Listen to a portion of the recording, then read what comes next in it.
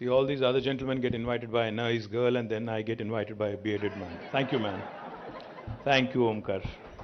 ఆకలేస్తుందా? తినలేదా ఇంకా? I think half of you have eaten and half of you haven't, so nice.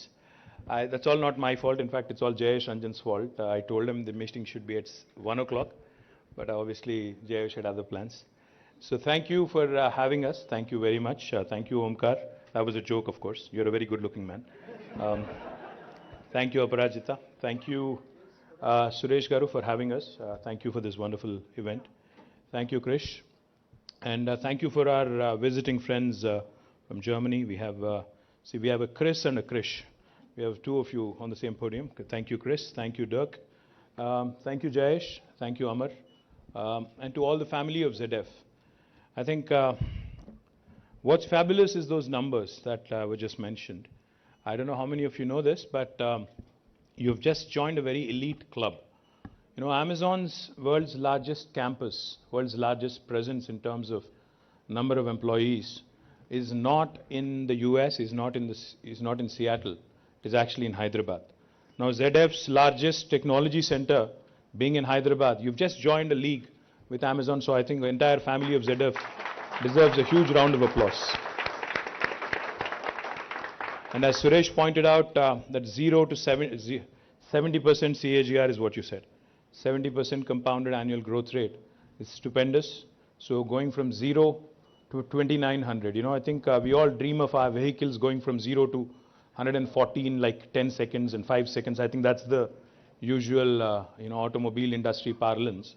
So this is brilliant, what you've done from 0 to 2,900, being the largest technology center.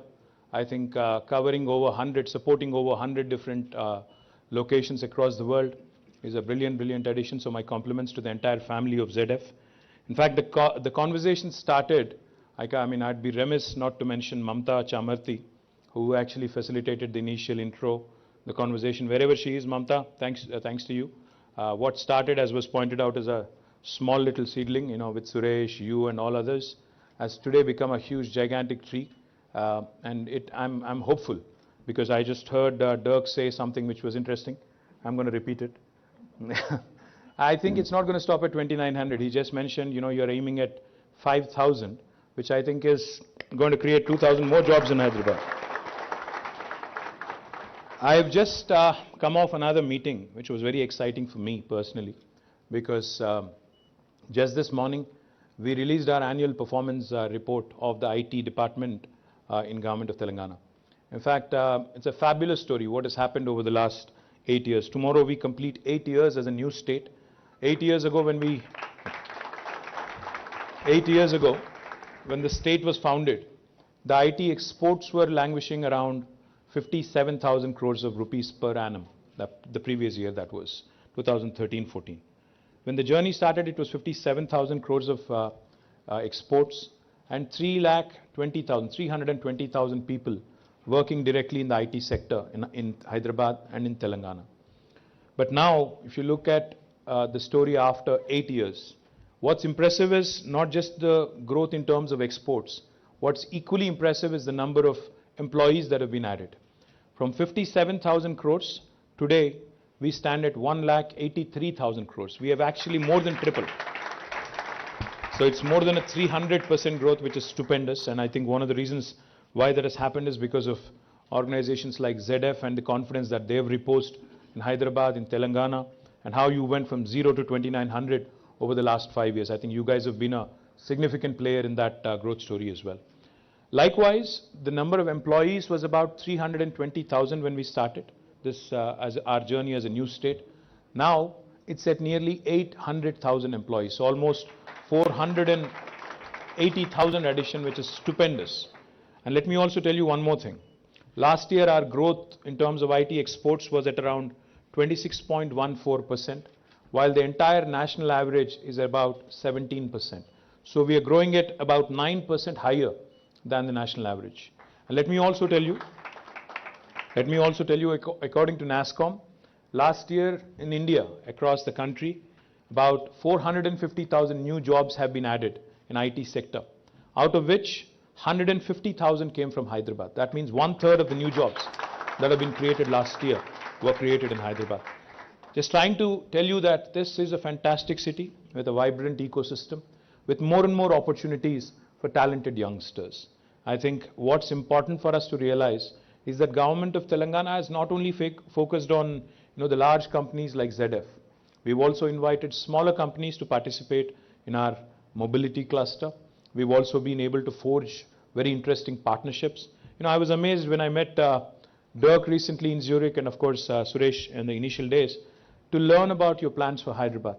You're doing some tremendous stuff from here. You're doing e-mobility, you're working on autonomous driving, you're working on active and passive safety, you're working on a number of cutting edge things which are possibly not immediately relevant for India, but eventually I think we'll get there. Because in India the roads are chaotic, I don't have to tell you. I have to tell you a funny story though. I was looking at the autonomous driving feature here, and I was inquiring with your team if that autonomous vehicle is actually being run in India, because I was a bit scared, just wanting to make sure I don't go in the way of that, right? So they said, no, it's in Rotterdam and in Germany. I said, cool. I remember one thing, about 5 or 6 years ago, when the whole smart city thing was being talked about. There was I'll not name names, of course. There was a multinational company from the US. They had come in. They said, we have something very cool to offer you. I have a technology that basically sends an alert to your cops, a message to your cops, if somebody cuts their lanes abruptly. Like if you switch lanes without an indicator, without a proper transition, it can send you a trigger. It can send you an alert. So I smiled at them. I said, listen, why don't you give me something, which will send me an alert when somebody is coming at me in a one-way street. They were amused. They were like, why would you need that? I mean, it's a one-way, right? I said, welcome to India, welcome to Hyderabad. See, we are a very different bunch, We are a very, very different, kind of people. Our driving, in fact, I think Mark Tully called it very, very famously. I think the two gentlemen here, Dirk and Chris, would appreciate it. India, when you come here and when you hit the roads and when you start driving, you'd be scared initially. You'd be like, okay, there are no lanes. Okay, where is anybody headed? But Mark Tully called this brilliantly. He captured it brilliantly. He said, it's organized chaos. That's what we are. We are organized. You would think it's chaotic, but we are very organized chaotically also. So that way, I think ZF will have to write an entirely new set of programming and a new set of code for autonomous vehicles in India. That's the real challenge. If you can pull that off, I think I think that would be the eighth wonder, I would imagine. I'm just joking, of course. I'm just joking. Please, to the press people, I was joking. I was not tarnishing India. I was not saying anything to India. If I'm saying anything, if I'm saying anything at all, it was all in jest. I'm not saying anything at all. Otherwise, I'll be called Deshdrohi, anti-national. A lot of things will get thrown at me in social media immediately. I'll be immediately expelled from the nation also, possibly. So, you know how it is in India right now, but I don't go there. So the point is, guys, you have a fantastic company that you work with, the fantastic company that you work for. But we have even better plans. In fact, we have invited ZF to be a part of TMV, the Telangana Mobility Valley. And you have some very interesting partners and interesting company there. You have Hyundai, who's working with us. You have Stellantis, who's working with us. You have Bosch, who's working with us. You have, of course, ZF. It goes without saying. You're in Pune, Suresh, so Intel, Qualcomm, Micron, and we also have Bharat Forge, the Kalyani Group. So all of these interesting players coming together and creating this mobility ecosystem is something that I'm truly upbeat about, because I believe the next frontier, because for India, from a jobs perspective, from wealth creation perspective, is in emerging technologies, and mobility is one very, very important sector. Sustainable mobility, shared mobility, and a bunch of other variants of mobility that people talk about. When I say variant, I'm sure you're all thinking COVID. And let me also tell you, our strengths in life sciences, again, are unparalleled. In fact, Hyderabad is home to 1/3 of human vaccines produced globally. So we are the vaccine capital of the world. So all the ZF expansion plans that you have, guys, you're in safe hands is what I'm saying. You don't have to worry about availability of vaccines and all. The other thing I also wanted to request Suresh. Suresh, I know you're based in Pune. I know you love Pune. I also went to school in Pune. I did my master's from Pune University. I also love Pune, I love Bangalore as well, but I think Hyderabad is the best, without a question. I love all these cities. Chennai is also nice. Chennai is also nice. They have a nice government, nice people.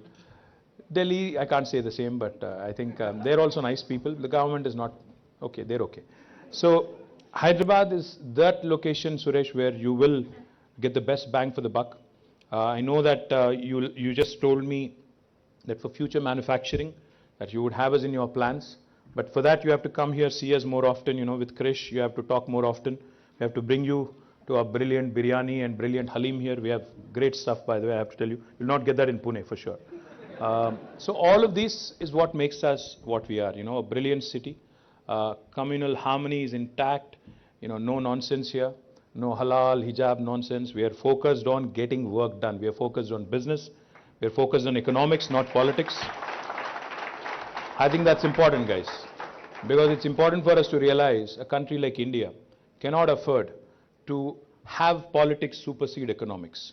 If we have to create wealth, if we have to create jobs, if we have to really aspire to be the best in the world, there is no substitute for any government but to focus on economics, wealth creation, job creation, and not nonsensical propaganda alone. Politics can happen every once in 5 years. We can fight, we can let people decide who gets to do what, but the remaining time has to be completely focused on governance, delivering good governance, and ensuring that we create wealth for the nation. The reason why I say this is because each and every time I travel. Now, I was in Davos recently. I went to the World Economic Forum. From there I came to Zurich. I met Dirk there, and then I flew back. I went to London for a day, picked up my family, and then came back here.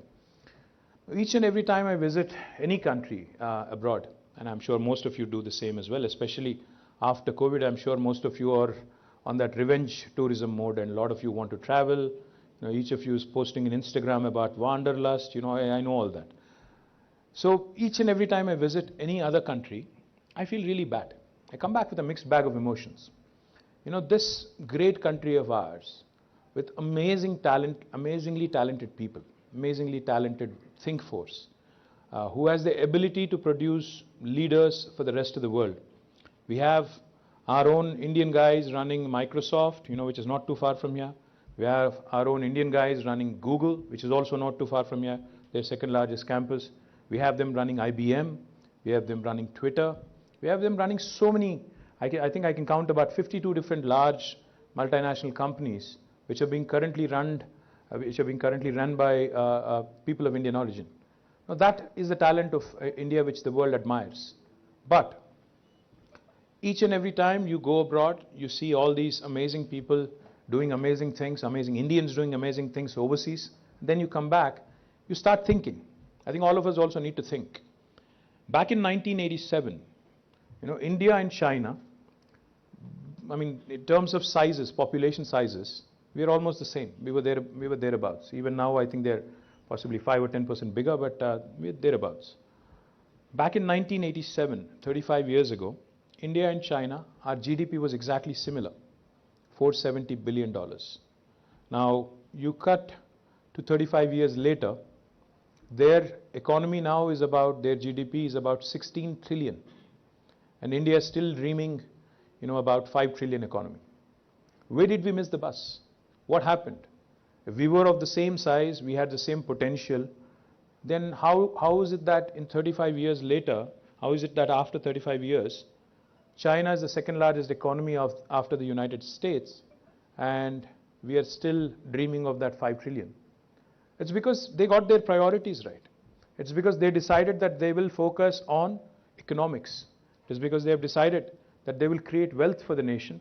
They will contest and compete with the best in the world. They are not content in competing with India. They decided that they will compete with Germany. They decided that they'll compete with US. They decided that they will compete with the best in the world. And where did we go wrong? We decided that we will compete with Pakistan. We decided that we will be happy competing with Bangladesh and Sri Lanka. And look where we are. Isn't that a brilliant sort of a benchmark to have? If we want to take pride in beating Bangladesh, Pakistan, Sri Lanka, and Afghanistan, then we are doomed. We are never going to be in the first world. We'll always have to go have a holiday elsewhere and not in India. That's an unfortunate reality. So therefore, that's why I say politics can wait. Economics has to take center stage. India has to go bold, at least for the next 1 decade or 2 decades, and aspire to get right up there, compete with the best in the world. And then we can do lots of other things, lots of other nonsense, which I'm sure they're doing in Germany as well. A lot of right-wingers, left-wingers fighting each other. All that can go on forever. So my humble appeal to all of you, focus on job creation, focus on doing more cool stuff from ZF Hyderabad. In fact, we should have more and more Germans coming here to learn from you, Indian guys, on how to do the best engineering, for their automobiles. I think German engineering is world class. We all know that. The Beamers, the Mercs, and every other product that we love in India as well and across the world as well are all German. Their engineering prowess is well known. But let's compete. Let's actually create new benchmarks from this ZF facility in Hyderabad so that not only Dirk and Chris, but the entire ZF team will come here, learn from you guys and appreciate you for your talent. So all the very best. Thank you. Jai Telangana.